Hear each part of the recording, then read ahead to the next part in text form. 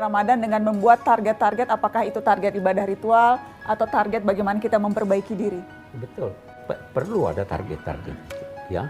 Dan itu harus setiap hari dikembangkan. Itu sebabnya Abi selalu berkata begini, apa gunanya kita niat setiap malam? Dalam mazhab Syafi'i itu kan harus niat setiap malam atau sebelum waktu sahur, sebelum kita berpuasa. Antara lain tujuannya kita melakukan introspeksi terhadap apa yang telah kita lakukan kemarin. Kemudian kita lihat apa kekurangannya untuk kita sempurnakan besok. Mencapai target. Dan ada satu menurut hemat Abi yang sering kita lupakan. Kita selalu berkata tujuan puasa itu takwa. Ya, berdasar ayat Al-Baqarah itu la'allakum tattaqun.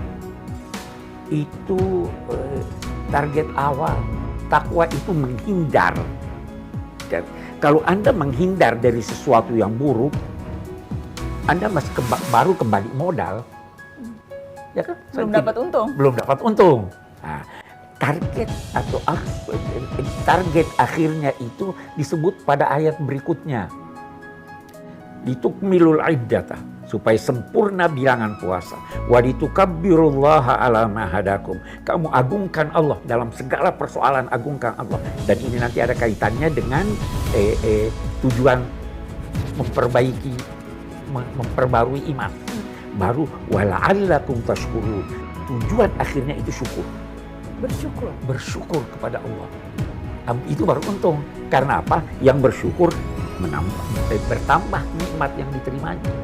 Bersyukur itu menggunakan segala apa yang berada di lingkungan kita sesuai dengan tujuan penciptaannya.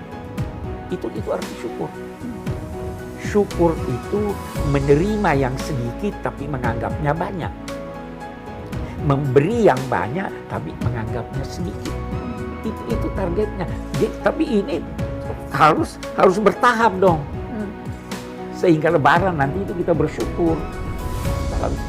Itu hemat Abi yang selama ini Abi rasa kita selalu menekankan tentang takwa.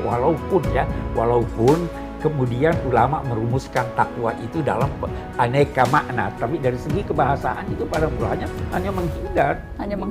Dan karenanya kalau maknanya hanya menghindar, tidak cukup hanya itu untuk mendapatkan untung tadi istilahnya.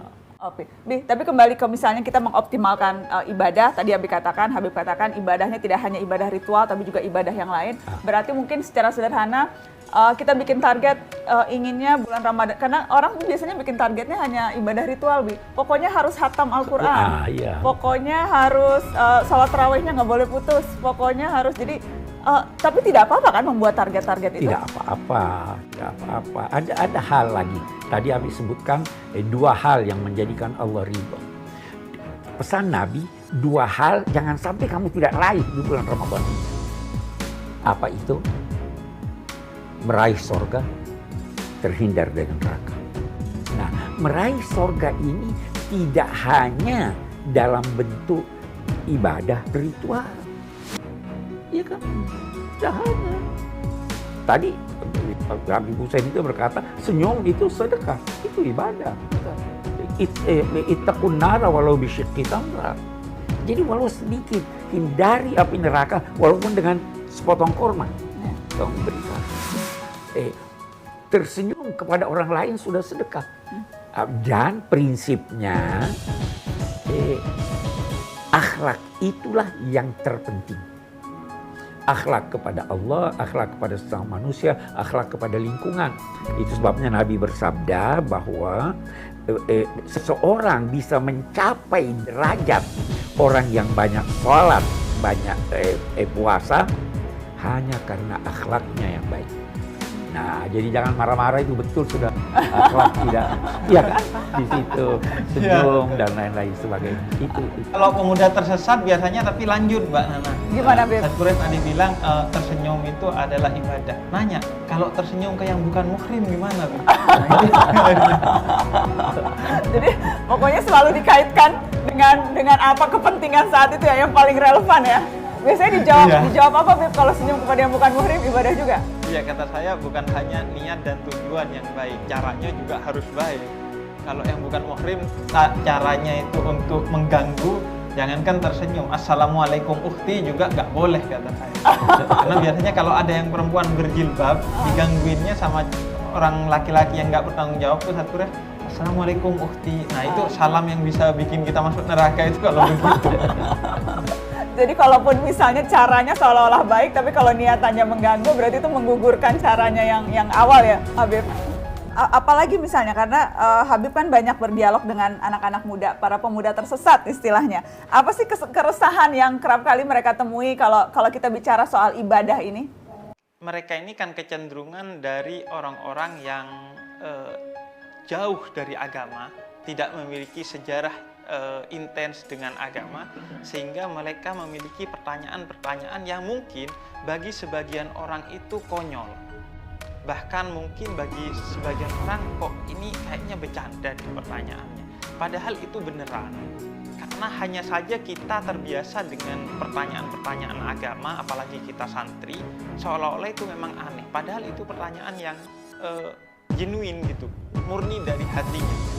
Salah satunya misalnya mereka bertanya, kalau pahala dan dosa kita itu 50-50 nanti di akhirat, apakah akan ada extra time di dunia untuk kemudian menentukan mana yang lebih dominan?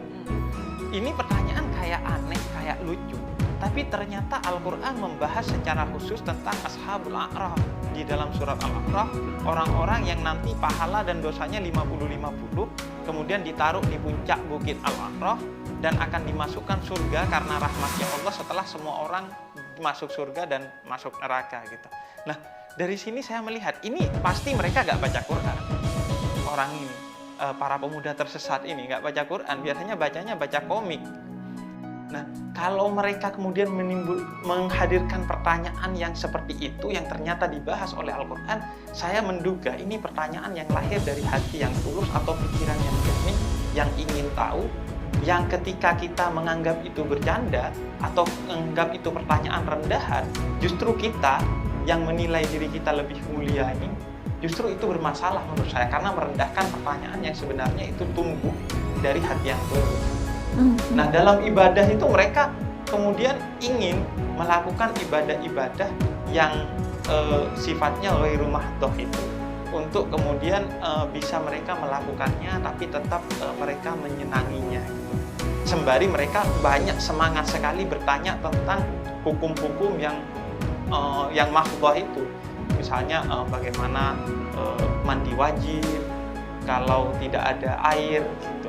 Kemudian bagaimana sholat yang khusyuk dan lain sebagainya. Intinya saya melihat semangatnya saja itu sudah sesuatu yang agung di mata saya, apalagi kemudian ketika mereka itu memang terus bersemangat dalam mencari ibadah gitu. Hal-hal yang sifatnya hukum biasanya, tapi kecenderungannya nyari-nyari celah, Mbak. Misalnya, celah maksudnya? Iya, mencari-cari celah. Misalnya sesuatu ini misalnya ya, ngelihat perempuan joget-joget di satu platform di TikTok misalnya, itu membatalkan puasa apa enggak? Nah, nanti kalau kita jawab agak membolehkan tuh, ya sudah, asalkan kamu memang sebaiknya jangan kalau di bulan puasa. Ya sudah, kalau nontonnya tapi nggak sengaja gitu. Pokoknya tak terus nyari celah sekiranya mereka ini diperbolehkan gitu. Dan tuntutannya, jawabannya juga harus tetap sesuai dengan hukum, tapi juga harus menjadi tontonan gitu, Pak.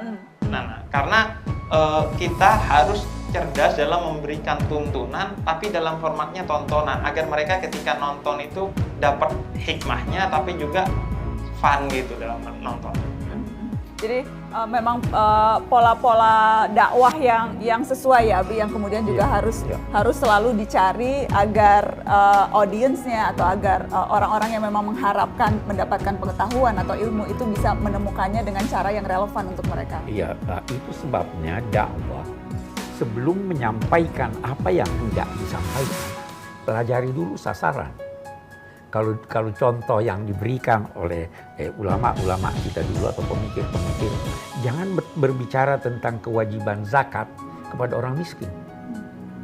Jangan berbicara tentang poligami pada saat nasihat perkawinan. Nah, begitu juga anak-anak muda harus difahami apa problemanya, harus difahami bagaimana kecenderungannya, lalu kita menyampaikan pesan-pesan agama yang dapat mereka mengerti dalam logika mereka. Itu dakwah. Itu sebabnya Iqra. Bacalah, bukan hanya membaca dari tulisan, tapi baca masyarakat, baca situasi dan lain sebagainya. Dan menyesuaikan itu sesuai dengan sasaran yang kita kehendaki dan tujuan yang sasaran yang kita hadapi dan tujuan yang kita kehendaki. Baik, terima kasih ya Biku. Biku Husein, terima kasih banyak sudah diskusi bersama di Syihab Ramadan ini. Sehat terus, insya Allah. Terima kasih, Terima kasih, sehat-sehat selalu. Amin, amin.